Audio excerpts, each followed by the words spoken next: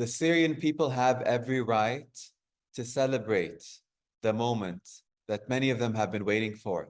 We're talking, and this is really the time to honor those that have been unjustly killed, those that have been violently detained. We've seen those many images of women, children, people who have been behind bars for decades and with no closure to many of their family members who thought that they were, gone. And there is also a reckoning to those that have been displaced. We're talking, I mean, let me give you some numbers, and this is key. You're talking about the biggest refugee crisis since World War II. You're talking about the biggest internal displaced population since that war as well.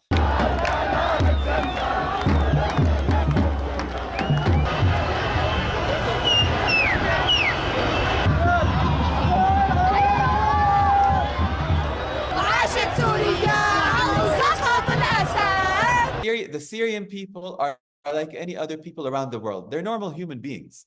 They want dignity, they want equality, and they want equal opportunity. They want to live normal lives. So any regime that comes in has to deliver along those lines, because not doing so will lead to even more upheaval. And I hope that this is the kind of messaging that comes in with the new actors on the block, if you may. There needs to be a sense of we're in it together. Having that feeling of, oh, hey, we won and the others are losing will not get us anywhere.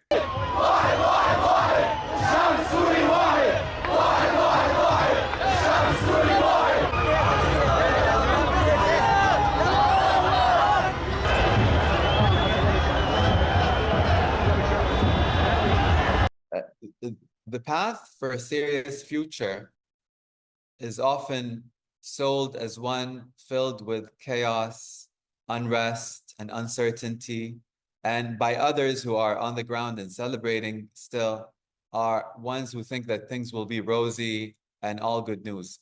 And I think it's not one or the other. It's going to be a mix of both. And we need to be mindful that this is a work in progress. It's as good as you can make it be. That's where the international community can come in and support the Syrians in what they think is best for them.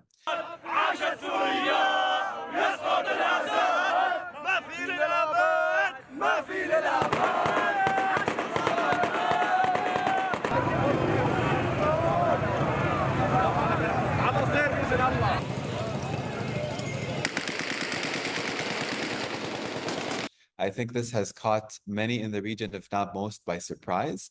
And I think it even caught the rebels and some of their backers in surprise as well. And let me tell you, speaking from the region, we're still processing. There has been a lot of things that took place, and it's a lot of mixed emotions to those stakeholders that are, those that are concerned, the Syrians themselves.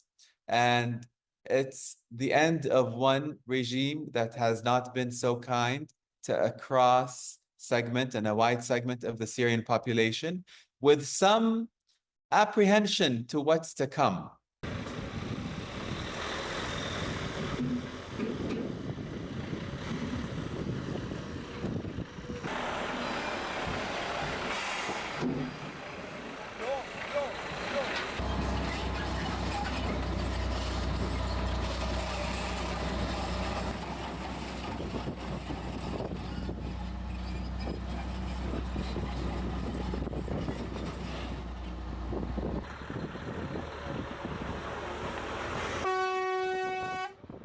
A regional order is being determined and built as we speak, but it will not be one that's built by blood and massacres the way that the Israeli government currently is trying to do. I think that has not done much to its own security, even if it has given it some quick gains right now.